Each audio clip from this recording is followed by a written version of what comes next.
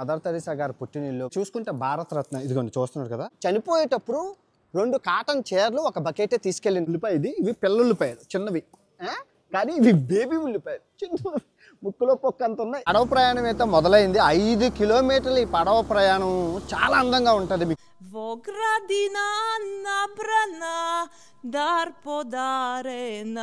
Good morning from Macedonia, రాజధాని స్కోపియా నుంచి. So ఈ రోజు మనం మదర్ తెరీసా పుట్టినిల్లు రాజధాని స్కోపియా అందాలు మీకు చూపించబోతున్నాను. చాలా అందంగా ఉంటుంది. లాస్ట్ వీడియో అలెగ్జాండర్ దండయాత్ర అని చెప్పి లాస్ట్ వీడియో చేశాను. అలెగ్జాండర్ పుట్టినిల్లు అయినా ఈ దేశం నుంచి చేశాను. లాస్ట్ వీడియో చూడండి, చాలా బాగుంటుంది. ఓకే, ఫస్ట్ అయితే ఒక లైక్ కొట్టి పూర్తిగా ఎంజాయ్ చేయండి ఈ స్కోపియా నగరాన్ని. ఈ రాజధాని స్కోపియాని సిటీ ఆఫ్ స్టాచ్యూస్ అని అంటారండి. 300కి పైగా విగ్రహాలు ఉంటాయి. ప్రపంచంలో ఇంకెక్కడా లేదనమాట. జనరల్ నాలెడ్జ్ క్వశ్చన్ ఎప్పుడు అడిగినా సిటీ ఆఫ్ స్టాచ్యూస్ ఎక్కడ ఉన్నాయంటే స్కోపియా అని సమాధానం.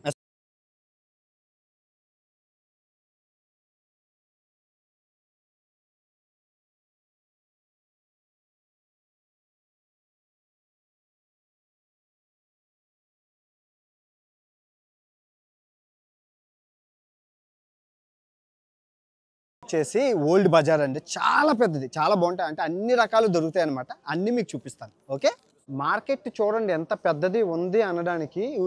ఎంత ఉందో, ఓడి అమ్మో చాలా పెద్దది ఉంది రోయ్. ఓహో, ఏంటవి? పచ్చిమిరపకాయలండి.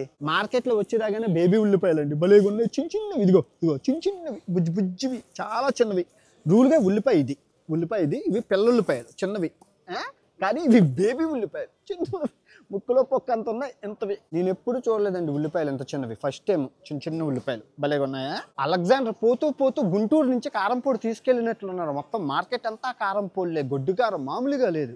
బాగుంది కారంపొడిలతో దుకాణం. ఈ మధ్య నేను బ్రేక్ఫాస్ట్లో తేనె తింటున్నాను. ఒక బాటిల్ కొనుక్కుంటాను. బోల్డ్ తేనె, ఒరిజినల్ బోల్డ్ తేనె ఉంది మొత్తం మార్కెట్ అంతా. అని తేనె మైను ఇది సబ్బు కింద వాడుకోవచ్చు. ఇదిగో తేనె మైను, ఇదిగో గురువుగారు యూట్యూబర్ అనగానే ఇచ్చారు. అద్భుతంగా ఉంది, పొల్లగా ఉంది చీజు బెన్నముద్దలతో. ఇది ఉల్లిపాయలు అనుకుంటే వెల్లుల్లిపాయలు అనుకుంటే తప్పండి.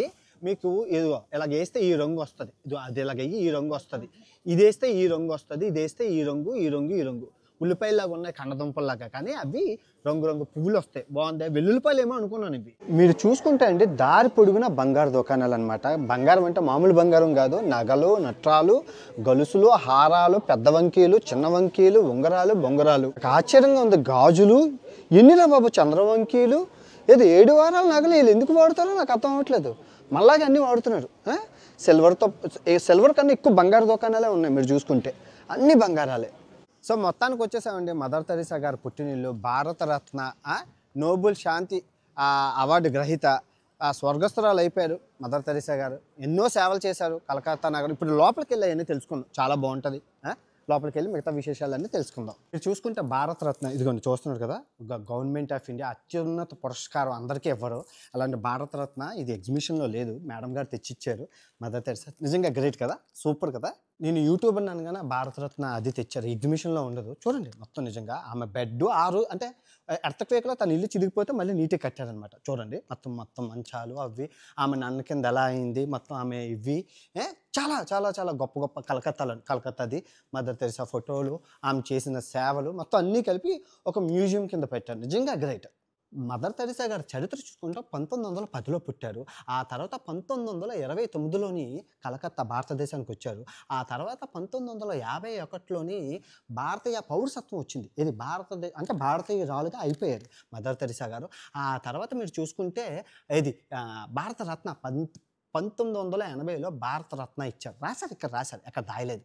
మీరు చూసుకుంటే ఇది మీరు చూసుకుంటే మన భారతదేశంలో మత విద్వేషాలు రెచ్చగొట్టే దరిద్రులు ఉన్నారండి. నిజంగా ఎందుకు చెప్తున్నానంటే భారతరత్న గ్రహీత, నోబెల్ శాంతి పురస్కార గ్రహీత, భారతీయ సిటిజన్షిప్, భారతీయ పౌరసత్వం అంటే భారతీయ రాలుని నిజంగా ఇప్పుడు అంటే పని లేని కొత్తలోడు పిల్లి గుద్దలో చేయి పెట్టి వాసన చూస్తున్నట్లు ఏక తోక తీసి మదర్ తెరీసా చీకటి కోణాలు, చీకటి రహస్యాలు, ఇంకా చచ్చిపోయి స్వర్గస్థురాలు అయింది. చనిపోయేటప్పుడు 2 కాటన్ చీరలు, ఒక బకెటే తీసుకెళ్ళింది. తనతో ఆస్తులు గట్ట తీసుకెళ్ళలేదు. మత ప్రచారం చేసిందని ఒకడు, డ్రగ్స్ అమ్మిందని ఒకడు, ఇంకేదేదో నోటుకొచ్చినట్లు. అంటే యూట్యూబ్ ఛానల్ ఉంటుంది, వాడు డబ్బులు ఖర్చు పెట్టుకొని ఇక్కడ రాలేడు, ఏదో గూగుల్లో 2 ఫోటోలు తీసుకొని నచ్చినట్లు ఇష్టం వచ్చినట్లు మదర్ తెరిసా గారు పాపం చనిపోయిన వాళ్ళ మీద మనం భారతదేశం ఏమైనా మతి లేనిదా? భారతరత్న ఇవ్వడం అతి ఉన్నత పురస్కారం. భారతరత్న అందరికీ ఇచ్చేదివే, భారతరత్న అందరికీ రాదు. ఇటు 7 తరాలు అటు 7 తరాలు చెక్ చేసినట్లు మొత్తం క్లీన్ చీట్ ఉంటేనే భారతరత్న వస్తుంది. అలాంటి భారతరత్న గ్రహీత మదర్ తెరిసాకి మీరు నోటుకొచ్చినట్లు రాడు. మతి లేని వాళ్ళు పిచ్చిన కొడుకులు అని మతం మొదలైనా చెప్పాలి నిజంగానే. అదే మదర్ తెరిసా ఒక మన హిందూ అయితే ఏం చేస్తారు అప్పుడు? ఇంక నోరు మూసుకున్నాడు. క్రైస్తవరాలు అన్న పాపానికి ఏదో మతం చేసింది, ఏదో చేసింది. అరే చేసిన సేవను గుర్తించండి రా. మీరు పెట్టడం కొన్ని పెట్టనివ్వడం నిజంగా దరిద్రులనే చెప్పాలి. కుష్ఠరోగులనే మనం ఏంటి అంటరానితనం కింద చూస్తాం. కుష్ఠరోగులని హక్కును చేర్చుకొని సేవ చేసిన మాతృమూర్తి చనిపోయి స్వర్గస్థురాలు అయిపోయింది. మీరు ఆమె గురించి మాట్లాడే అర్హత లేదు. నీకు మాట్లాడాలనుకుంటే డబ్బులు ఫ్లైట్ టికెట్లు ఖర్చు పెట్టుకొని ఇదిగో ఈ స్థలం దగ్గరికి వచ్చి అక్కడ అన్ని చదివి ఆ ఇల్లు గట్ట సందర్శించి అప్పుడు మాట్లాడు. మీకు ఆర్కియాలజీ మ్యూజియం అంటే పురావస్తు శాఖ వారి మ్యూజియం అంటే ఇక్కడ అలెగ్జాండర్కి సంబంధించినవి అన్నీ ఉంటాయి. అవన్నీ మీకు చూపిస్తాను, చాలా బాగుంటుంది, పూర్తిగా చూడండి. చూసుకుంటే విగ్రహాలు చూడండి ఎన్ని ఉన్నాయో, బాగున్నాయా? చూస్తున్నవన్నీ క్రీస్తు పూర్వం విగ్రహాలండి, అన్నీని మీరు చూసుకోవచ్చు. మీరు చూసుకుంటే గ్రీకు వీరికి విగ్రహాలు అంటే పిచ్చి. ఎంత పిచ్చి అంటే ప్రతిదీ. అందుకే ఈ మెసడోనియాని సిటీ ఆఫ్ స్టాచ్యూస్ అని అంటారు. ఎక్కడ చూసినా మీకు విగ్రహాలే కనబడతాయి. వాళ్ళు ఏంటంటే ఆ రోజుల్లో మనుషుల్ని ప్రతిదాన్ని చిత్రీకరించి పెట్టేసుకునేవారు. గురువుల్ని, టీచర్లని దొరికిన కారికి ప్రతిసారి అదొక ఫోటో కింద అనమాట. ఆ స్టాచ్యూస్ అనేవి ఫోటో కింద. అలెగ్జాండర్ యుద్ధంలో గెలిచాక గుర్తుగా అన్నీ తెచ్చుకుంటారు అనమాట. అవన్నీ ఇక్కడ భద్రపరిచారు.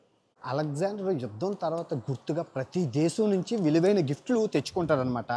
అవన్నీ రికార్డ్ చేయనివ్వలేదు. అంటే యుద్ధం అయిపోయాక ఆ దేశం నుంచి గిఫ్ట్లన్నీ తెచ్చుకుంటారు మీకు గుర్తుగా. అవన్నీ ఉన్నాయి. భారతదేశం ఒక్కటి కూడా లేదు. సో ఇప్పుడు మనం ఈ రోపు ఇది ఎక్కేసి మనం సముద్ర మట్టానికి 3000 అడుగుల ఎత్తుకి వెళ్ళబోతున్నాం. ఒక ప్రపంచ వింత చూడడానికి మంచు కొండల మీదకి వచ్చాం. మీరు చూస్తున్నారు కదా, ఇది ప్రపంచంలోనే అతిపెద్ద సిలువ, మెటాలిక్ సిలువ అనమాట. దీన్ని మించింది లేదు, ఇదే అతిపెద్దది. ఇప్పుడు సముద్ర మట్టానికి 2000 అడుగుల ఎత్తులో ఉన్నాం. చలి వణికించేస్తుంది. అమ్మ బాబాయ్, మీరు చూసారు కదా వచ్చేటప్పుడు ఆ స్నో, అదిని బాగుందా, చాలా పెద్దది. యాక్చువల్గా ఇప్పుడు మనం యూరోప్లోనే ఉన్నామండి. ఈ దేశాలని బాల్కన్ దేశాలు అంటారు. ఈ బాల్కన్ దేశాలు పేద దేశాలుగా ఉన్నాయి. యూరోప్లో ఉన్నా కూడా పేద దేశాలుగా ఉండిపోవడానికి గల కారణం ఏంటంటే కొండలు ఎక్కువ ఉండడం వల్ల.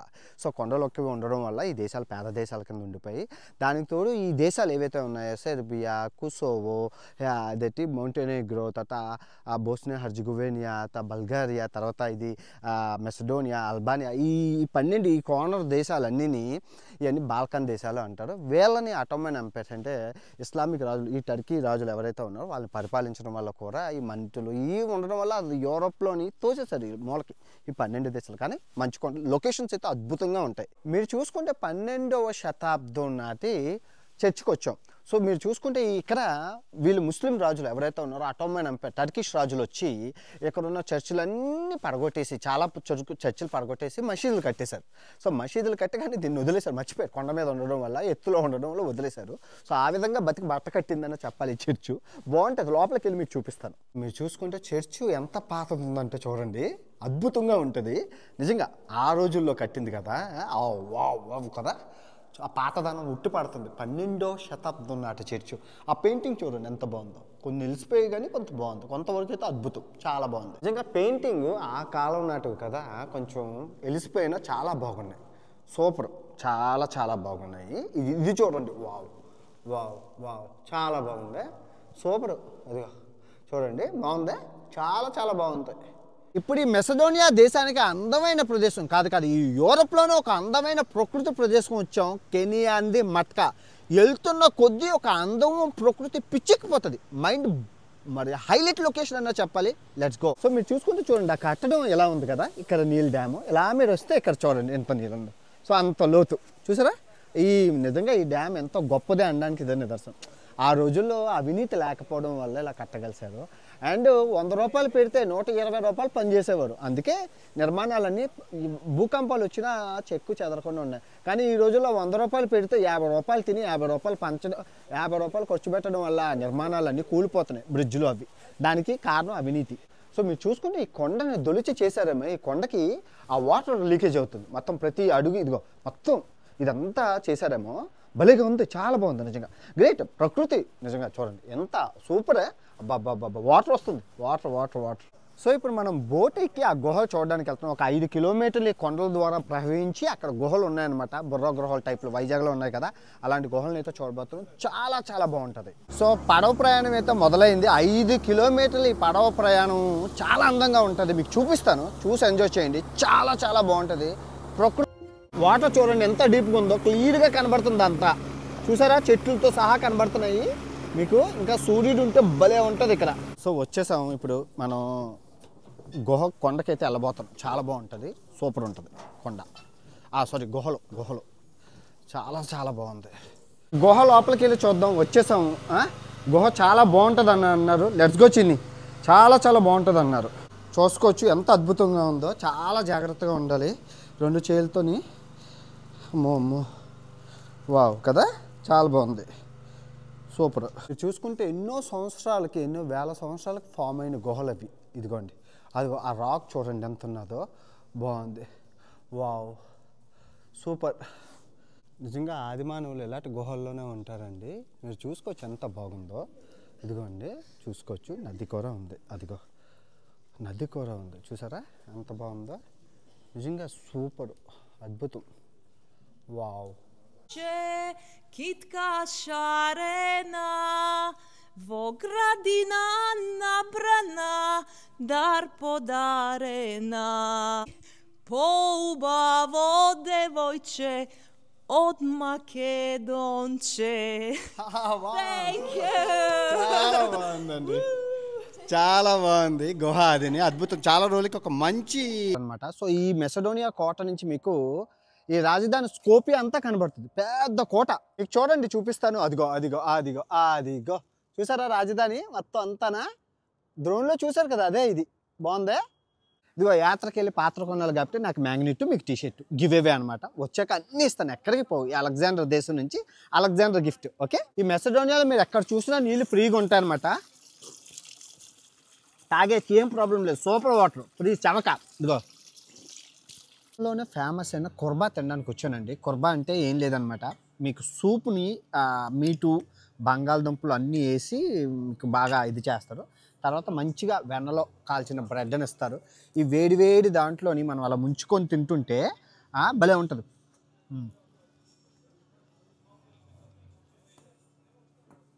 కాల్చిన బ్రెడ్ కాబట్టి సూపర్ ఉంది చాలా బాగుంది ఇక్కడ ఇలా ఉంటాయి వీటిల్ని ఇలా కాలిస్తే ఇలా అవుతాయి ఇదిగో ఇలా అవుతాయి చాలా బాగుంటుంది సూపర్ ఉంటాయి నిజంగా యూరోప్ వస్తే మీకు ఈ బాల్కన్లో ఎక్కువ దొరుకుతాయి